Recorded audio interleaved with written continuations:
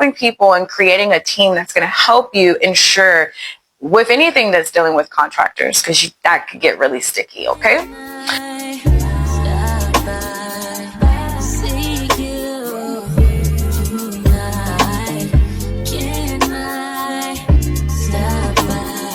Hi, welcome to Never Settle Academy, to my Never Settle baby. Yes, so anyways, let's get into it. I'm talking today about general contracting, the do's and don'ts, how to cover yourself as a liable LLC. Okay, you guys know that I've been in business not once, not twice, but 3 LLCs at this current moment. And let me tell you, it is a hustle. And in that hustle takes a lot of sacrifices. You will go through your L's, you will go through your wins. But today I'm going to give you some tips and pros and cons to what to avoid and what to lean more into for this never settling in your business. I do have some tips and I do have some great books that my coaches and mentors suggested to me that I want to share with you as well. But I'm going to be using ChatGPT. Yes, you guys know I rely on ChatGPT just to stay intact with the latest AI, the trends, etc. So today I'm going to be jumping in why I think it's crucial as a business owner, as an entrepreneur, even if you are at the beginning stages, to understand what you're getting into, the framework before you jump into any liability, especially dealing with contractors. Let's get into it. Okay, so my very go-to reference will first be what is the requirement for the state that you live in. First, you want to get this general information because every state is going to operate very differently. This is crucial because what one state may not offer or may tell you you need to do may not be required in another state. So first, go to your local library, go to your Secretary of State, get this information and understand. I chose to first take my mentor's suggestion, and yes, I'm already 10 years deep in owning and operating at least 3 LLCs, but I still brush up on these things just to make sure I'm in coordinates and I'm following the guidelines. And this just general information to make my businesses better, okay? Because this is about the marathon. This is not like get rich and hurry up and prosper in 1 to 2 months, because as an entrepreneur, there's ups and downs, and you need to always make sure that you're up to date with everything to manage your business, to operate. Also, you want to make sure that you're in accordance to the state regulations as well. So for me, I'm in California, so I picked up this California Contractors License and Law Reference book. So it's going to let me know what laws I have to stay intact with, what do I need to know to operate my LLCs, and just some general questions and information that's going to help me scale. Okay, so the very first thing that I noticed with doing this is you can go to your Secretary of State and you can go get what they call is signing up for an EIN number. An EIN is going to be an identification number that's going to be able to that is used to access and locate your operating license as a business holder, okay? You get very excited for this process. I framed mine when I got mine. Mine is framed in my office. It's been framed in my house. It's been framed in my multiple offices over the years. And it's just a good memorabilia to have, just because it's like, I did it, you know, and you should reward yourself for these little small steps of taking for yourself and rewarding yourself during this process, especially if you come from a background where a lot of people in your family has not been business owner. You should be very proud of yourself for getting your business license. Now that you know how to get started with getting an operating license, let's jump into what they say is the next step. And in this book, they're stating the next step. You're going to want to understand what your liabilities are. If you're going to need insurance for your workers, what's your compensation model? I mostly create my business as I'm the marketer, so I'm kind of the middle person, but I do 1099. So a lot of this is you're finding your contractors, you're subbing out the work, and then you take a percentage of that profit. It's compound interest, and actually it's a great way to live a financial free lifestyle. There is a downside of this where there's a lot of micromanaging that takes in place. So having an equipped staff or liaisons who would be able to structure your business is going to be vital. I stress this. If you don't have a team, It's basically like you're bringing yourself back to becoming an employee, because now you have to manage these people, which takes time out of your day to think of ideas and innovations to scale your business. I know this because I was stuck in my first 1 to 3 years at this stage. I was not able to outsource. All the money that I had at that time, I was pouring back into my business. I was not at the stage yet to pay people to do the things that I just didn't want to do anymore. So really make sure that your business model is structured out. Who is your team? If you can just use your partner, you may be married, you may be single, or you may have a significant other. Can they operate certain parts of your business framework for you to help you focus as the owner and the CEO of what you are bringing to life? I think that this is something a lot of entrepreneurs and boss babes forget, is that we need a great team to go anywhere. We really, really do. In the second part, they just talk about maintaining and obtaining your license, and then understanding what's your liabilities. Are you going to have insurance? What type of coverage you're going to have? And honestly, I remember for my contracting, one of my contracting business, I really went to Next Insurance. Surprisingly, these insurance companies are very, very affordable. I believe that I was doing a monthly cost, which I believe it was under $100 for at least 6 people. And basically, if that means if something happens and you sub your contractors out to that site and something happens to them, who's liable for that person slipping or falling or some type of damage?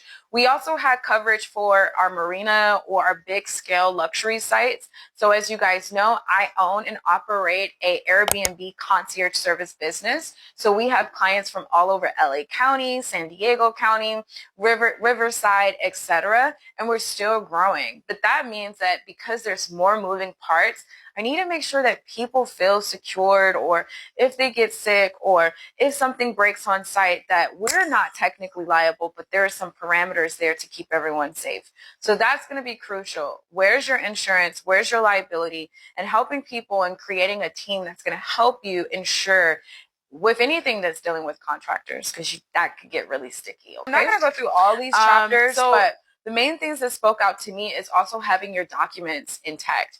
When I was going through the processing of getting, I wouldn't call it bidding, but like speaking with someone in a marketing department, I did all my contracts. I still do to this day. It's really fun for me because I have a background in computer science. And I love just being able to pitch my dream and pitch my services, because I stand firm by what we operate by. And what I notice is they want you to have your documentation in place. What that means is you're going to need to have your insurance papers filed correctly. You're going to want to have your business LLCs dated and correctly. They might even ask you for your business plan. Some people are not, because this is not like you're trying to get them to invest into you, but they want to know what clients you serve. They want to know your resume in a way, just like you would go to a job. They want to know who have you serviced? What are your customers saying about you? I would say like they're kind of reviews. So that's going to be important as well. So remember that with pitching to future customers for your business or your contractors and the services you may offer. I really, really do love this book, because this book is not only going to go into, it goes into everything. And I don't really have all the time for it, but it goes into the business management, your safety regulations, understanding how to deal with employees and complaints, the HR department. It also goes into the consumer affairs. I remember the very first time, and I'm going to be so transparent with you, I had got a complaint on the Better Business Bureau. Yes, you have to register your business, any business filed correctly under the Secretaries of State. The BBB, the Better Business Bureau, will have access to filing complaints if people call the Better Business Bureau on you. Now, with contractors, trust me, I understand that any negative review makes you feel like you want to curl up in a ball and just sit in your bed and cry all day. I've been there. But do not lose hope, because right now, if we search up Jesus Christ, what are we going to find? Right here. This is on Google. Everyone's going to get a negative review. Everyone's going to get something to say about how you service. They may just had a bad day or whatever. So get out of the framework of thinking it's how you respond. I even had to teach myself in that during that stage, it was better for me to respond to not respond at all. Okay, so like I was saying, this is not like social media or YouTube where someone comes to you and says, hey, you really aren't that pretty and your hair looks frizzy and like crap. We are not going to just ignore that. We would ignore that on the social media world, but this was reported on the Better Business Bureau website. You want to sympathize with your consumer, your client, your customer. You want to sympathize with them. Remember, number one rule, your customers are always right, even when they're wrong, because it's the integrity of just creating a response and having empathy in the customer journey. So just remember this when you're dealing with complaints, reviews, negative feedback from anybody. Just take accountability. A lot of it is just integrity in what you stand by and saying, hey, we'll comp you this. Hey, we're willing to work out this. Hey, unfortunately, I'm sorry that this had to happen. Where I like to go to as a reference is see how other companies deal with negative reviews, how they respond. There's always a response. The very worst you can do is not respond at all. And then other customers see that or other clients see that, and they want to hear how you resolve this matter. Because everyone, yes, you, yes, me, everyone has gotten a negative review about something in their life before. Okay. Moving on, I do want to say that this book is super, super informative. I don't have all the time in the world to go through it, but make sure that you are reading the up-to-date version within at least 3 years. Give them a grace period of 3 years to your current time you're in right now. This can be found at any local library. Again, I would recommend going to your Secretary of State website to getting general information on your state and checking that out, okay? I do have another book here that I think is really, really, really, really informative. Is how to set up your agreements. Contracts are everything. Okay, we know AI is available, but I'm kind of old school meets new school. So like, I like to see what ChatGPT can offer me, but I like to also see in text form, in some paper form, how my contracts need to be written out, how they need to be formalized, etc. So this is a consultant and independent contractor agreements. This is going to be basically to avoid lawsuits, legal disputes, and stay out of trouble with the IRS, okay? This is crucial. Everybody knows tax season is here. You want to make sure you're in alignment with your forms, with your profit and losses sheets, etc. All of that is going to be important with dealing with everything. Again, too, you don't know how much money you can save, and you don't know how much money you are racking up as far as being an entrepreneur, even when you're traveling to meetings, even when you're going to go check on your sites. All of this needs to be documented, okay? So this is going to be a great form to understand and to see how to delegate these agreements for your salespeople, if you have salespeople, if you have a marketing team. They even have agreements for household services, which I thought was really, really cool, such as your permits, workers' compensation, unemployment compensation, terminating an agreement, terms of payment, expenses, etc. So you're going to find all of this in this book. And this, again, is going to be independent contractor agreement forms. It's going to show you how to make them, what to not have, what to be included, who needs to sign. It's going to walk you through. Don't get overwhelmed with all of the jargon and feel like you can't learn this. It's not hard. And once you start to break it down and you see all these books, you're like, oh, it's walking me through this process. And it's actually really, really fun. You can put your little logo up there and make it cute and make it glam. But really, with all of this, it's really not about that. It's really about just knowing your information, knowing your rights, and knowing what you need to do correctly. Okay. So this is my second book that I would recommend, is just getting a book on independent contractors and agreements. My last book that I would say that I would recommend right now is starting and running a small business.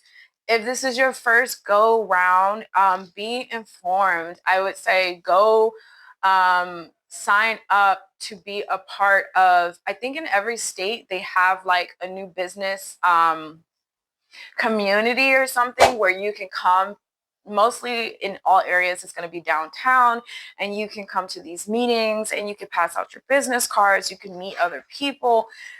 It's really fun. I did it in my very first few years of being an entrepreneur, and then I kind of got used to it, so I stopped going. But I highly do recommend you to see what networking and classes that might be available. There are so many great free classes, such on Eventbrite. Who else? Your local libraries will have things going on where they'll show you how to prepare for certain documents if you're an entrepreneur, how to do your taxes, how to file, how to organize your business. If you went for general partnership, again, these are general partnership, limited partnership, C Corp, S Corp, and professional corp or nonprofit. So these are all the different types of licenses that you can choose from. All of this information is just going to be very, very informative. Where I'm going into with my journey is general contracting. There is so much growth and expansion for small business owners. I highly recommend you first starting as a small business owner and working with your community, outreaching, using apps like Angie Leads, Thumbtack, Craigslist, the newspaper even, your local community branches, libraries, all of these sources to getting your business out there to your community and service. As we know, in entrepreneurship, all you have to focus on is solving a problem. And honestly, find a problem that you would not mind to solve every single day. And if people started to harass you, you would still be in a very graceful servitude attitude, because honestly speaking, if you cannot see yourself doing this every single day, don't start it, okay? Don't do it just for the money. Don't do it just because you think you want to give it a try. Really be locked in, really know why and what you want to do, and stick to it, because again, it's fun, but it is going to require you to show up, okay? So I'm not going to go too much into this. I'm going to leave some free in the descriptions, free templates on 3 service contracts and agreements that you can start. Non-disclosures are going to be very crucial when signing on contractors. I do want to say this is where the stickiness gets to.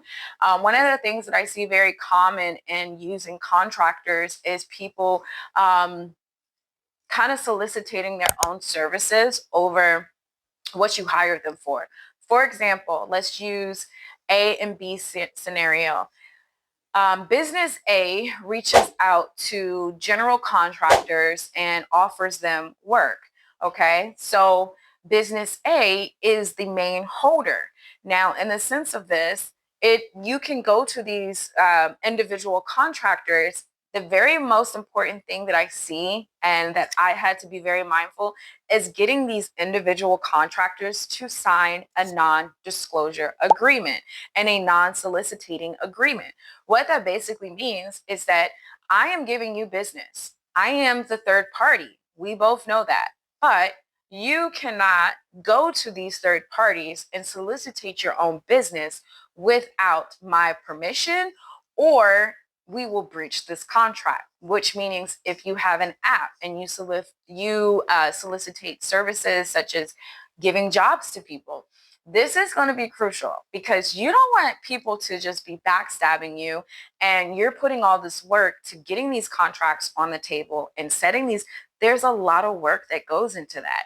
And a lot of people, unfortunately, do not look at that. Business has to be ran with integrity. Okay. So be mindful in whatever business structure that you're creating this season, that you make sure you know the certain type of agreements and contracts that are in place that will protect you. Okay. Because people are out here stealing customers, and people are out here stealing your integrity and your hard work if you don't know how to protect it correctly. That's why non-disclosures are going to be important, because then you have the liability to sue or to go about it in a very legal way. Okay, I hope this video was great. I hope it was informative. I will be making more videos to never settle in your business ventures, in your lifestyles, in your confidence, in your relationships, etc. This is the Never Settle Academy, babe. And you know, dust settles, queens don't. Bye until next time. I love you and have a great day. And remember, never settle, babe.